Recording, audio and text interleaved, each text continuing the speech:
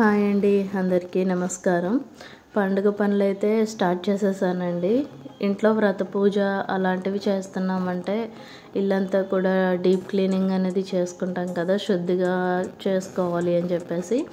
So అందుకోసం నేనైతే cupboards దగ్గర నుంచి స్టార్ట్ చేశానండి. మొత్తం మా ఇంట్లో వాళ్ళందరి కబోర్డ్స్ కూడా తీసి 2 రూమ్స్లో కబోర్డ్స్ ఉంటాయండి. 2 రూమ్స్లో కూడా ఈ డ్రెస్సింగ్ కబోర్డ్స్ అన్నీ తీసేసి మంచిగా మళ్ళీ క్లాత్స్ అనేవి మడత పెట్టి నీట్గా సర్ది పెట్టుకున్నానండి. సో ఈ వీడియోలో వచ్చేసి మీరు ఏం చూస్తారంటే మొత్తం హౌస్ డీప్ క్లీనింగ్ అనేది చేసుకున్నాను. ఈ కబోర్డ్స్ నుంచి అయితే స్టార్ట్ చేశానండి వర్క్. అలానే ఫ్రిడ్జ్ క్లీనింగ్ కానీ పూజ అయితే మంచిగా జరిగిందండి. కానీ నేను పండుగ పనులు వ్రత పూజ పనులు అని ముందుగా చేసుకుంటూ వచ్చినప్పటికీ కూడా నాకు 3వ వారం చేసుకోవడానికి పూజ అయితే కుదరలేదండి. ఆటంకం అనేది వచ్చింది. సో నేను 4వ వారం పూజ అనేది మంచిగా జరుపుకున్నాను. సో అదంతా మీరు ఈ వీడియోలో చూస్తారు. నేను పూజ కోసం ఎలా అన్నీ శుభ్రం పరుచుకున్నాను, ఏమేమి సిద్ధం చేసుకున్నాను అనేది. అలాగే తర్వాత రోజు శనివారం వచ్చేసి మనకి కృష్ణాష్టమి అనేది వచ్చింది కదండి. ఆ కృష్ణాష్టమి వేడుకలు కూడా మేము చిన్నగా అయితే జరుపుకున్నాము. సో అది కూడా మీరు మంచిగా చూస్తారు అని అయితే నేను అనుకుంటున్నాను. సో మన ఈ వీడియోనైతే లైక్ చేయండి, మన ఛానల్ని సబ్స్క్రైబ్ చేసుకోండి ఫ్రెండ్స్. నేను ఈ వీడియో వచ్చేసి మన ఛానల్లో 3rd వీడియోగా అప్లోడ్ చేయడం అయితే జరుగుతుంది. సో నేను కొత్తగా అయితే ఛానల్ని పెట్టాను, ప్లీజ్ సపోర్ట్ మీ. సో చూసారు కదండి, అలా చంద్రవందరగా ఉన్న కబోర్డ్స్ని అయితే ఇలా నీట్గా సర్ది పెట్టేసుకున్నాను. మొత్తం అంతా కూడా మనం సర్దేటప్పుడు ఏంటంటే రూమ్లో ఏవైతే వేస్ట్ పార్టికల్స్ ఉన్నాయో అవన్నీ కూడా బయటకు వచ్చేస్తాయి కదండి. మనం యూజ్ చేయనివన్నీ కూడా వాడేస్తూ ఉంటాం కదా. సో అదే విధంగా ఈ కబోర్డ్స్ అన్నీ కూడా నీట్గా సర్ది పెట్టేసుకున్న తర్వాత రూమ్ అంతా కూడా చిందరవందరగా ఎలా ఉందో చూసేయండి. ఇక్కడ మా పాపవి అన్నీ కూడా సర్ది పెట్టేశాను. తర్వాత నెక్స్ట్ రూమ్ కూడా సర్దేసుకున్నానండి. నెక్స్ట్ రూమ్ కబోర్డ్లో ఇలా ఈ విధంగా అయితే నీట్గా సర్ది పెట్టేసుకున్నాను. దీని నుంచి అయితే అంతగా వేస్ట్ అయితే ఏమీ రాలేదండి, కొద్దిగానే వచ్చింది. అదిగో మీరు చూసినట్లయితే కనిపిస్తుంది. ఇది కూడా ఏంటంటే మనకి కర్టైన్స్కి పైన హోల్ పార్ట్లో ఉంటుంది కదండి ఒకలాంటి మెటీరియల్, అదన్నమాట. అందుకే అలా ఉంది, పేపర్ అయితే కాదు అది. సో తర్వాత కబోర్డ్స్ క్లీనింగ్ అయిపోయిన తర్వాత ఫ్రిడ్జ్ క్లీనింగ్ అయితే చేద్దాం అనుకున్నానండి. మంచిగా ఫ్రిడ్జ్లో అన్నీ కూడా డైనింగ్ టేబుల్ మీదకి తీసి పెట్టేసుకున్నాను. నీట్గా ఫ్రిడ్జ్లోవి ఒక్కొక్కటిగా అన్నీ తీసేసి ఇలా సింక్ దగ్గర అయితే పెట్టేసుకుని నీట్గా క్లీన్ చేసేసుకుంటున్నానండి ఒక్కొక్కటిగాను. ఎందుకంటే మనం పూజ చేసేటప్పుడు పూజకు అవసరమైన పళ్ళు కానీ అలానే పూలు కానీ ఫ్రిడ్జ్లో పెట్టుకుంటాం కదా. మనం ఫ్రిడ్జ్లో ఏంటంటే నార్మల్గా నాన్ వెజ్ అనేది పెడుతూ ఉంటాం. సో పూజ సమయంలో కొంచెం శుద్ధిగా ఉండాలి కాబట్టి అవి కూడా నీట్గా క్లీన్ చేసి పెట్టేసుకున్నానండి ఫ్రిడ్జ్ని కూడా. తర్వాత మంచిగా ఇవన్నీ కూడా ఆరబెట్టేసి నీట్గా ఫ్రిడ్జ్ని ఎలా అయితే ఉంటుందో అలా సెట్ చేసి పెట్టేసుకున్నాను.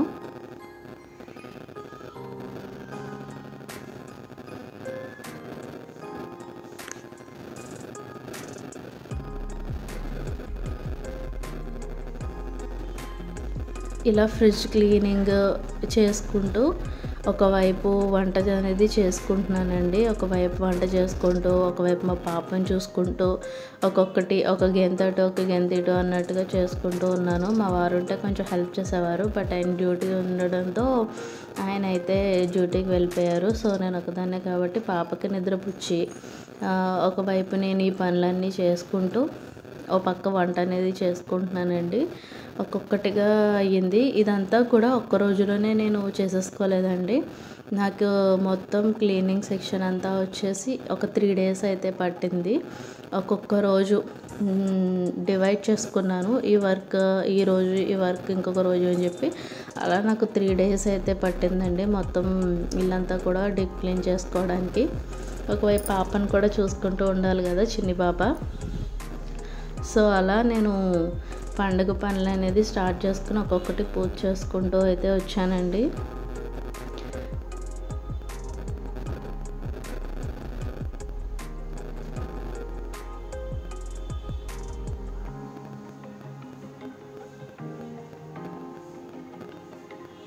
మనకి మామూలుగా పండగ అంటే చాలా పనులు ఉంటాయి కదా, ముఖ్యంగా ఆడవారికి.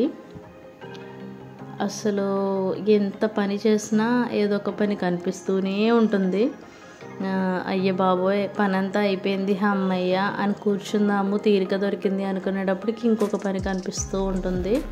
సో అలా మనం చేసే కొలది పని ఏదో ఒకటి ఉంటూనే ఉంటుందండి మన లేడీస్కి, ఇంట్లో ఉండే ఆడవారికి. సో ఈ విధంగా నేనైతే మొత్తం క్లీన్ చేసేసుకున్నానండి. క్లీన్ చేసేసి ఈ ఫ్రిడ్జ్ పార్ట్స్ అన్నీ కూడా మంచిగా ఆరబెట్టేసుకున్నాను. ఆరబెట్టేసుకున్న తర్వాత నీట్గా ఇవి ఒక క్లాత్తో తుడిచిపెట్టేసుకొని మంచిగా ఫ్రిడ్జ్లో అయితే సెట్ చేసేసుకున్నానండి. నీట్గా కొంచెం తలతల మెరుస్తుంది అనమాట ఫ్రిడ్జ్. ఆ విధంగా సెట్ చేసేసుకుని ఎక్కడెక్కడ మంచిగా సర్ది పెట్టేసుకున్నాను.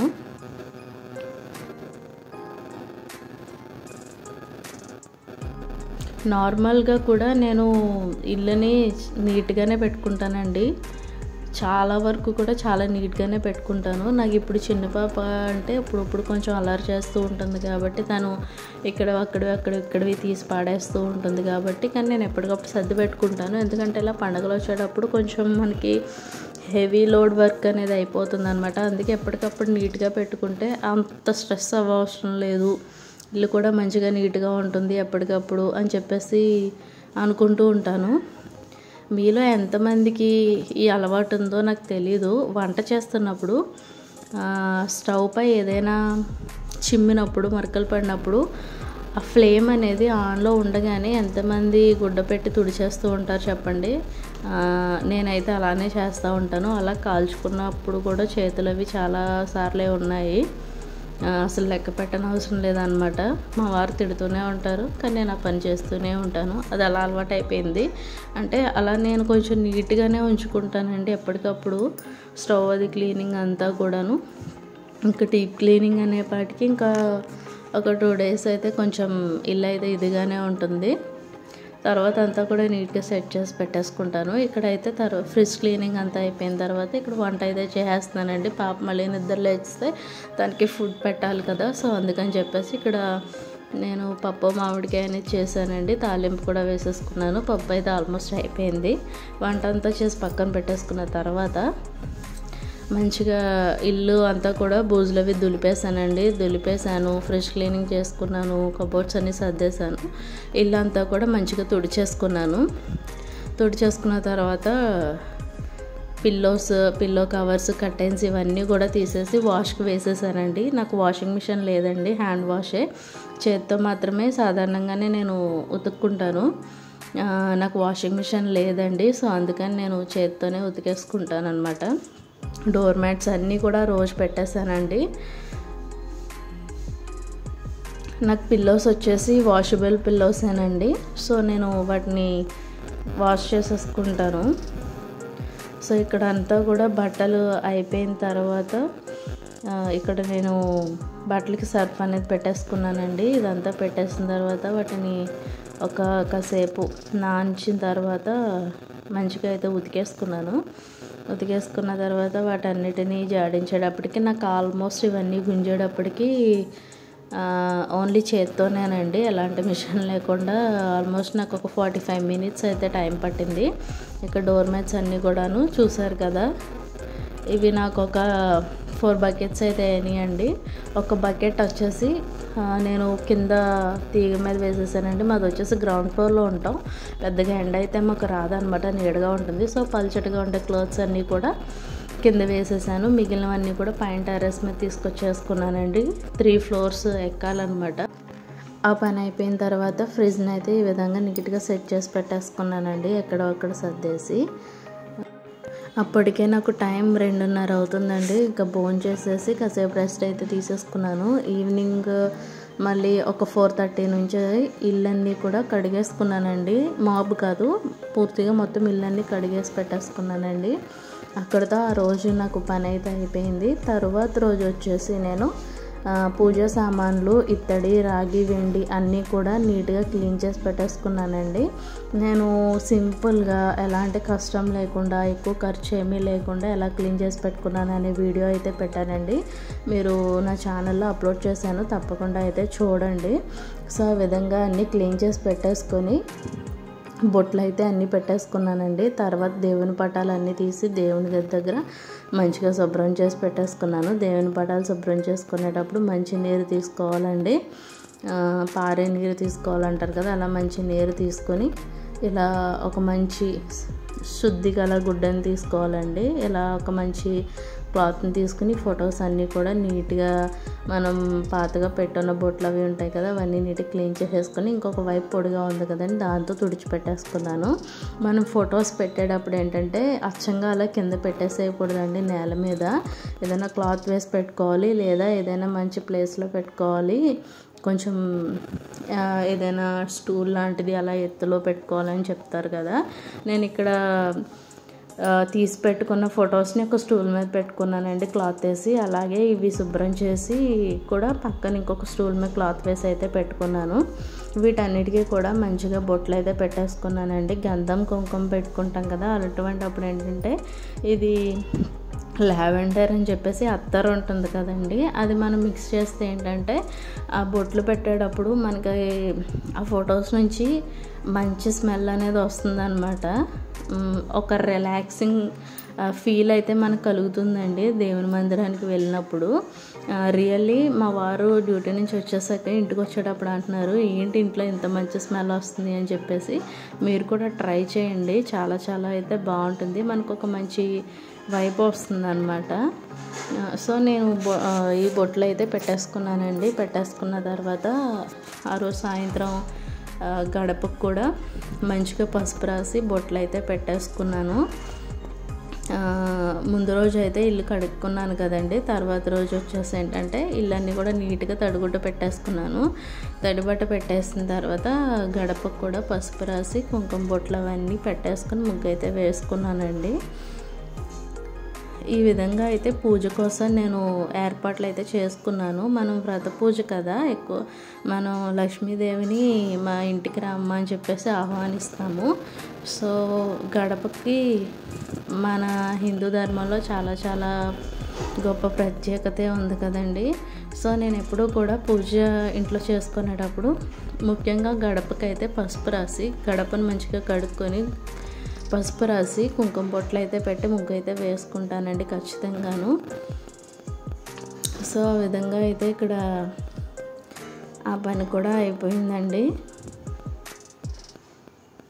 ఇవన్నీ కూడా పండగ రోజుకి ముందే ఏర్పాట్లు చేసేసుకుంటే ఏంటంటే మనకి అంత స్ట్రెస్ అనిపించదు అనమాట. కొంచెం పనులు అనేవి తేలిగ్గా అవుతాయి. ఎందుకంటే మనం పూజలు వ్రతాలు ఇలా పండుగ సమయాల్లో ఏంటంటే ప్రసాదాలు చేసుకోవడానికి పూజ దగ్గర అన్నీ సర్దుకోవడానికి చాలా సమయమే పడుతుంది.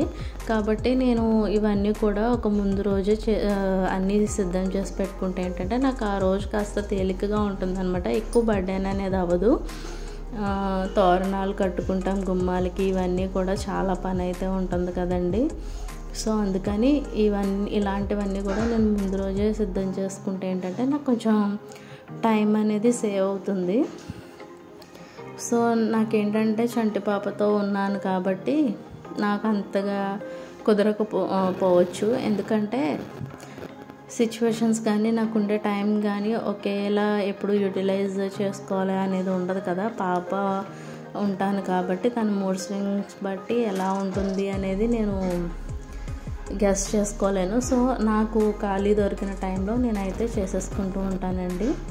తర్వాత రోజు అయితే వ్రత పూజ చాలా బాగా జరిగిందండి. నేను వీడియోస్ అవేమి తీయలేకపోయాను పూజ చేసుకునేటప్పుడు కానీ ప్రసాదాలు చేసేటప్పుడు కానీ. మా వారికి ఆ రోజు డ్యూటీ ఉందండి, మార్నింగే వెళ్ళిపోవాలన్నారు చెప్పి కొంచెం పెందలాడే చేసేసుకున్నాను. దాని మూలన నేను వీడియో అయితే చేయలేకపోయానండి. తర్వాత రోజు కృష్ణాష్టమి, మా చిన్న కన్నమ్మకి కన్నయ్య వేషం అయితే వేశానండి. అసలు గోపికమ్మ వేషం వేద్దాం అనుకున్నా, కానీ నాకు తను సపోర్ట్ చేయలేదు. ఫస్ట్ టైం ఎలాగో కన్నయ్య వేషం వేశాను కదా అనుకుని ఇంకా సరేలే ఇంకా అని చెప్పేసి మళ్ళీ సెకండ్ టైం కూడా కన్నయ్య వేషం అయితేనే తనకు వేశానండి. తనతో కృష్ణయ్య పాదాలుగా వేయించుకుని ఇక్కడ చిన్నగా అలంకరించుకుని ఆ కృష్ణయ్యకు దీపారాధన చేసుకుని నైవేద్యం ఇవన్నీ సమర్పించుకుని మంచిగా దండం అయితే పెట్టుకున్నానండి. ఇదండి మా ఇంట్లో జరిగిన వరలక్ష్మి వ్రతం వేడుక, అలానే శ్రీకృష్ణ జన్మాష్టమి వేడుక. సో ఈ విధంగా అయితే మేము మంచిగా చేసుకున్నాము. మీరు కూడా ఎలా చేసుకున్నారు అనేది నాకు కామెంట్ చేయండి. ఆ రోజు మాకైతే చాలా ఆనందంగా అనిపించిందండి ఆ కృష్ణయ్య ఆరాధించుకోవడం. ఇదండి మా ఇంట్లో మేము చేసుకున్న వేడుకలు, వరలక్ష్మి వ్రతం పూజ, అలానే శ్రీకృష్ణ జన్మాష్టమి వేడుక. సో ఈ వీడియో మీకు నచ్చిందని అనుకుంటున్నాను. నమస్తే.